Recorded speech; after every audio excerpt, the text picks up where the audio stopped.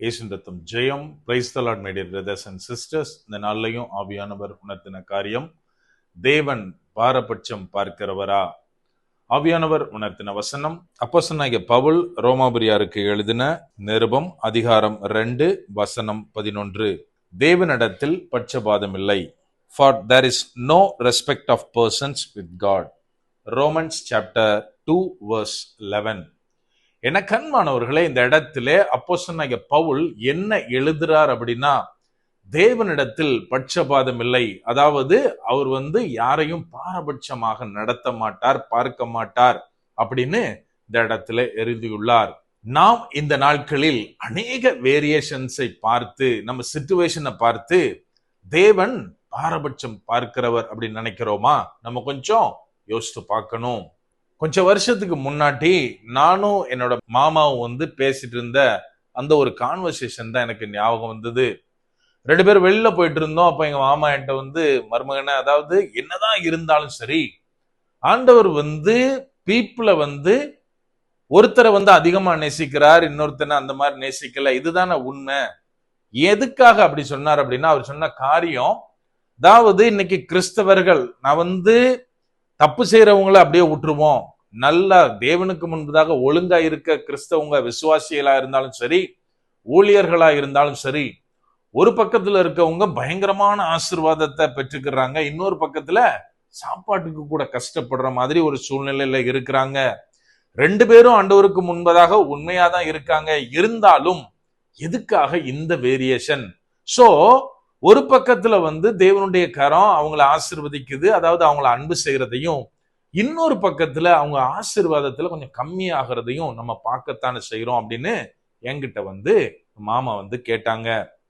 அதுக்கு நான் சொன்ன காரியம், அதாவது நம்ம கிட்ட ஒரு அமௌண்ட் இருக்கு அப்படின்னா, கேட்கிற பர்சன்ஸை பேஸ் பண்ணி நம்ம கொடுப்போம், சிலருக்கு கொடுக்க மாட்டோம். ஏன் அப்படின்னா, அந்த அமௌண்ட் அந்த பணம் சரியானபடி யூஸ் பண்ணப்படணும் அப்படின்றதுக்காக. இன்னொரு காரியத்தை நான் சொன்னேன், அதாவது நம்ம கையில ஒரு கத்தி இருக்கு, ஒரு ஏஜ்டான பர்சன் அந்த கத்தியை கேட்கறாங்க அப்படின்னா, நம்ம கண்டிப்பா அதை ஏதோ ஒரு யூஸ் பண்றதுக்காக கேட்கறாங்கன்னு யோசிக்காம கையில கொடுத்துருவோம். அவங்க மேபி ஏதாவது ஒரு ரோப்பை அறுக்கிறதுக்கோ இல்லைன்னா ஈவன் காய்கறியை நறுக்கிறதுக்கோ கூட அந்த கத்தியை யூஸ் பண்ணிப்பாங்க. நம்ம எந்த கொஸ்டினும் கேட்க மாட்டோம்.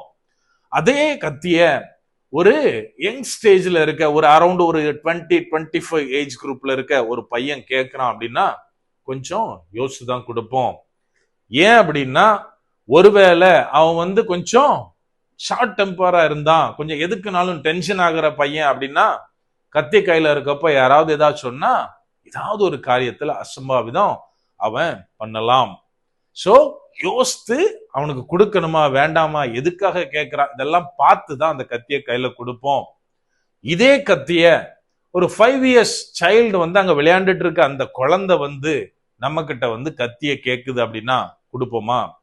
ஈவன் அந்த குழந்தை அழுது கேட்டா கூட நம்ம கொடுக்க மாட்டோம். ஏன் அப்படின்னா, நமக்கு நல்லா தெரியும் இதால அது தன்னைத்தானே விளையாட்டுல ஹர்ட் பண்ணிரும், அது பெரிய இம்பாக்டா மாறிடும் அப்படின்னு. சோ இதே மாதிரி தான் தேவன் தன் கேட்கிறவங்களுக்கு எல்லாவற்றையும் கொடுக்கிறவர், எல்லாரையும் நேசிக்கிறவர். அதுல எந்த வேரியேஷனும் கிடையாது. ஆனால் பேஸ்ட் ஆன் த பீப்புள் தான் அவரு அதை கொடுக்கிறார். இங்க அதைத்தான் அப்போஸ்தலனாகிய பவுல் தெளிவாக எழுதுகிறார், தேவனிடத்தில் பட்சபாதம் இல்லை. அதாவது அவர் யாரையும் பாரபட்சம் பார்க்கிறது கிடையாது அப்படின்னு. நம்ம இருக்கிற அந்த பிசிக்கலான ஆசீர்வாதங்களை வச்சு, ஓ இவங்க கூட தேவன் இருக்கிறாரு, இவங்க கூட இல்ல அப்படின்னு நினைச்சிடக்கூடாது. மாறாக யாருக்கு எந்த நேரத்தில் எவ்வளவு தேவையோ அதை அறிந்தவர் தேவன். நமக்கு தெரியாது இதனால பின்னாடி என்ன பிரச்சனை வரும்னு, ஆனால் தேவன் சகலத்தையும் அறிந்தவர். அதனால அவரவருக்கு அதன் வேலையில் தான் தேவன் செய்வார். இத நம்ம பேசுறப்போ இன்னொரு காரியத்தை நம்ம மறந்து போய்விடக்கூடாது. நான் ஆபிரகாமுடைய சந்ததியா இருக்கிறேன். சோ ஆபிரகாம் மேல இருந்த ஆசீர்வாதம் எனக்கும் உண்டு, பட்சபாதம் கிடையாது. எல்லாருக்கும் அது வாக்குத்தத்தத்தின் பிள்ளைகளுக்கும் சரி, யூதர்களுக்கும் சரி, எல்லாருக்கும் சேமா தான் இருக்கும் அப்படின்றதுல நம்ம எந்த அளவுக்கு விசுவாசமா இருக்கிறோமோ, அதை போல அதுக்கு ஈக்குவலா நியாய தீர்ப்பு நாளிலையும் தேவன் கிட்ட பட்சபாதம் கிடையாது. அதை மறந்துடக்கூடாது.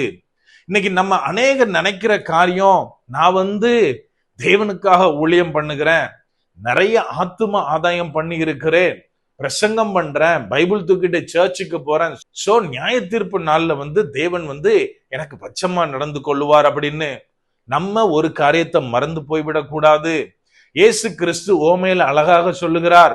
கடைசியா வந்தவங்க வெளியில இருந்து கதவு தட்டிட்டு சொல்றாங்க, ஆண்டவரே, உமது பெயர்னால, உமது நாமத்தினால பிசாசுகளை துரத்தணும், உமது நாமத்தினால அற்புதங்களை செஞ்சோம், அடையாளங்களை செஞ்சோம் சொன்னதுக்கு ஒரே ஒரு காரியம்தான் உள்ள இருந்து சத்தம் வந்தது, உங்களை நான் அறியேன் அப்படின்னு. அப்படியானால் நம்ம கொஞ்சம் நல்லா புரிஞ்சுக்கணும். இன்னைக்கு நம்ம யாரெல்லாம் இயேசு கிறிஸ்துவை தெரியாதவர்கள், சுவிசேஷத்தை அறியாதவர்கள் நினைச்சிட்டு இருக்கோமோ, அவங்களுக்கு ஈக்குவலா தான் நியாய தீர்ப்பு நாள்ல நாமளும் நிற்போம். இதை நம்ம எப்பவும் மனதில் வைக்க வேண்டும். அது எப்பவும் எனக்குள்ள ஓடிட்டே இருக்கணும். நியாய தீர்ப்பு இருக்கிறது, அதுல நானும் நிக்கணும். நான் செஞ்ச காரியங்கள் தேவனுக்கு முன்பதாக நான் உண்மையா இருந்தனா அது அந்த நாளில் கணக்கெடுக்கப்படும். இதை எந்த சூழ்நிலையிலும் மறந்து போய்விடக் கூடாது.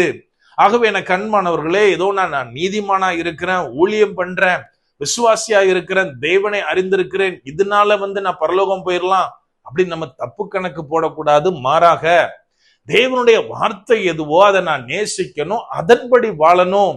தேவன் என்ன காரியங்கள் சொல்லி இருக்கிறாரோ அதை என் வாழ்க்கையில செய்யும் போது மாத்திரமே தேவனிடத்திலிருந்து நம்ம அநேக காரியங்களை எதிர்பார்க்க முடியும். மாறாக கிறிஸ்தவனா இருக்கிறதுல மாத்திரம் எனக்கு எந்த பெனிஃபிட்டும் கிடையாது, எந்த ப்ரிஃபரன்ஸும் அங்க கொடுக்கப்படாது. ஏன் அப்படின்னா நம்முடைய தேவன் பாரபட்சம் இல்லாதவர். அப்படியே கண்களை மூடுவோமா? அன்பான ஆண்டவரே, இந்த நேரத்திலே அப்பா உம்மை நோக்கி பார்க்கிறோம். ஆவியானவர், நீர் எங்களோட இருக்கிறீர், அதற்காக நன்றி செலுத்துகிறோம். அப்பா, நீர் எல்லாரையும் நேசிக்கிறீர் தகப்பனே. எங்க ஒவ்வொருத்தரையும் தகப்பனே நீர் முன்குறித்திருக்கிறீர் அப்பா. அப்பா, உமக்கு முன்பதாக நாங்க உண்மையும் உத்தமமாய் வாழ ஆவியானவரே நீர் எங்களுக்கு கற்றுத்தாங்க. எல்லா சூழ்நிலையிலும் தகப்பனே நாங்க நடக்க போகிற நியாய தீர்ப்பின் நாளை குறித்த அந்த எண்ணத்தோடு வாழணும் தகப்பனே. எல்லா நேரமும் ஒரு வருகைக்காக நாங்க ஆயத்தமா இருக்க ஆவியானவரே நீர் எங்களுக்கு கற்றுத்தாங்க. முற்றிலுமா எங்களை தாழ்த்தி ஒப்பு கொடுக்கிறோம். பலப்படுத்தி ஆசீர்வதிங்க. மீட்பர் இயேசுவின் மூலம் ஜெபிக்கிறோம். ஜெபம் கேளும் எங்கள் நல்ல பிதாவே. ஆமென். God bless.